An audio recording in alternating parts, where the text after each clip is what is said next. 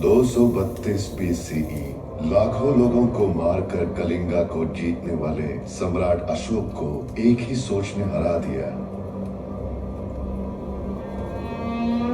और वो थी पश्चाताप। उसने जो हासिल किया वो जीत थी या हार, वो खुद नहीं समझ पा रहा था।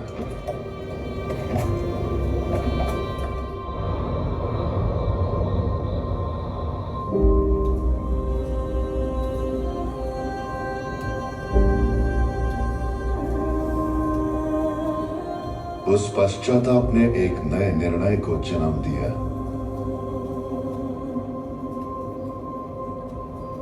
रहस्य से हासिल की हुई अपनी दैविक शक्तियों की वजह से इतना विनाश हो रहा है, ऐसी विनाशकारी शक्तियां मुझ में नहीं रहनी चाहिए।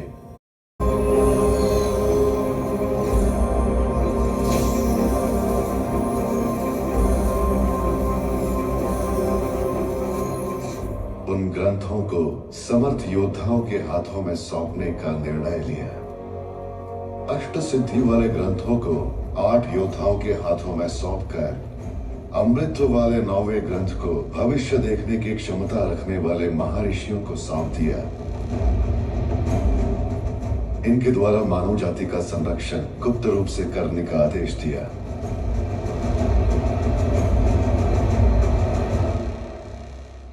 पीढ़ी दर पीढ़ी वो 9 योद्धा आने वाली पीढ़ियों को इन 9 ग्रंथों की जिम्मेदारी सौंपते गए। इन ग्रंथों के ज्ञान के जरिए सिर्फ दुनिया पर ही नहीं, मृत्यु पर भी विजय हासिल की जा सकती है। और इनको अपनाने के लिए Alexander, Genghis Khan, Bakhtiyar Khilji से लेकर हिटलर जैसी कई विनाशकारी शक्तियों ने पूरी कोशिश की, परंतु कोई भी सफल नहीं हुआ। आज की पीढ़ी में इन शक्तियों को हासिल करने के लिए एक असुर सोच ने जन्म लिया।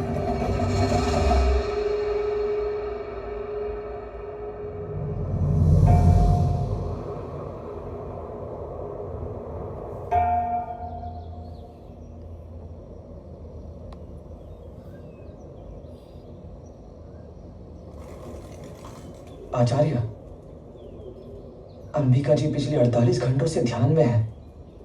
मतलब वो कोई खतरा देख रही है।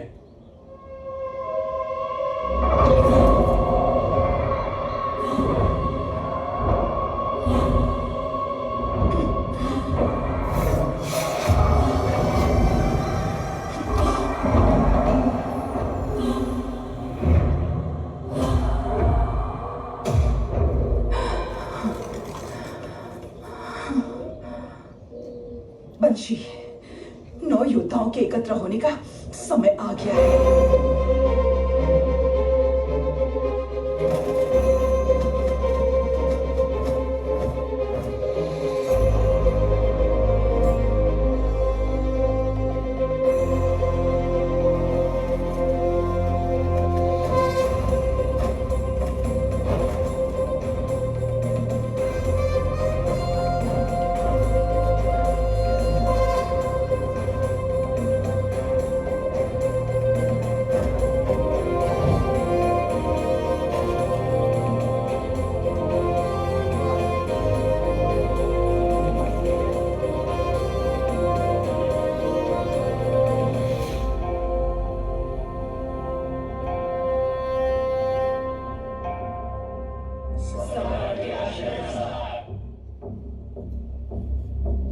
आपदा आने वाली है, हम उसे रोक नहीं सकते।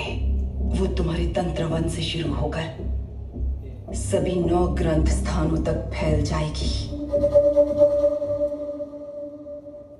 ऐसे भयभीत होने की बजाय उनका सामना करना ही बुद्धिमानी है। रोक सकती तो आप लोगों को बुलाकर भविष्य के बारे में नहीं बताती।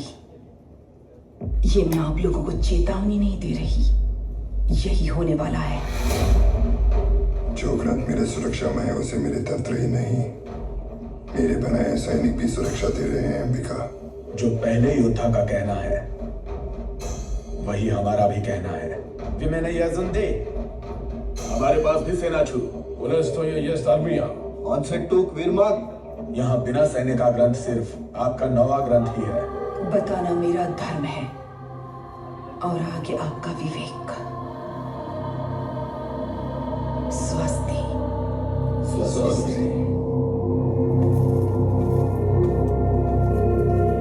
अंबिका, वो लोग जा रहे हैं। एक बार फिर से समझा कर देखो।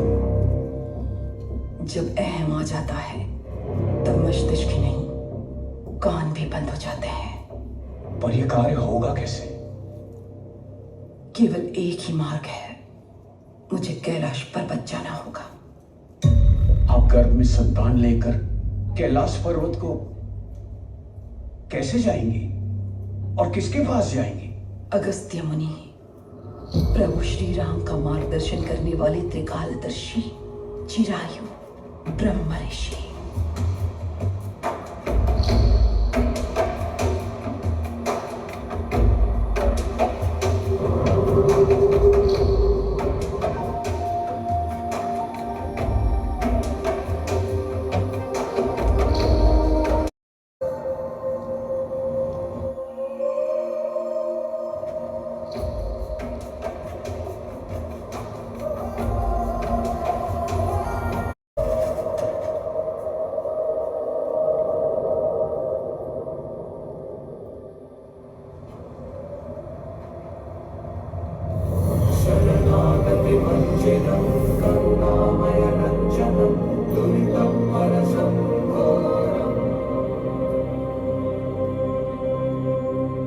तुमने जो देखा वो होने वाला है।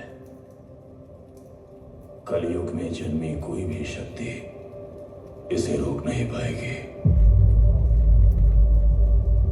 परिष्कार युगों के पीछे छिपा है। ये प्रभु श्री राम के समय त्रेता युग में अस्तित्व में आया हुआ शस्त्र है।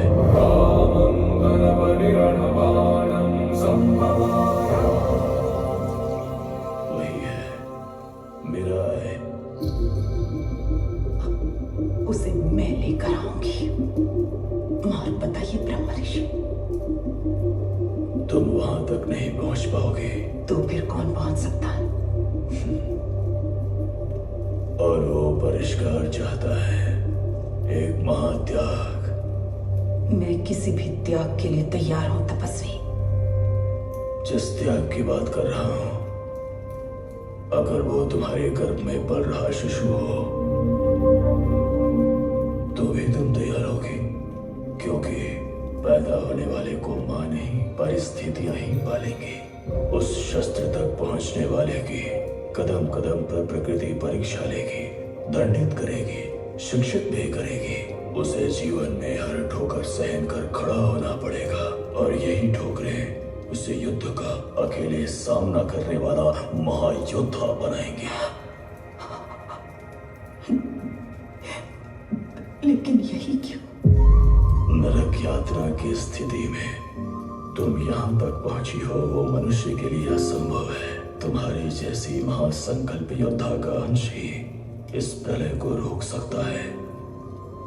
भाग्य भी इसी तरह के अंश को आशीर्वाद देता है। इन आंसुओं को दर्द समझो, यह सहमति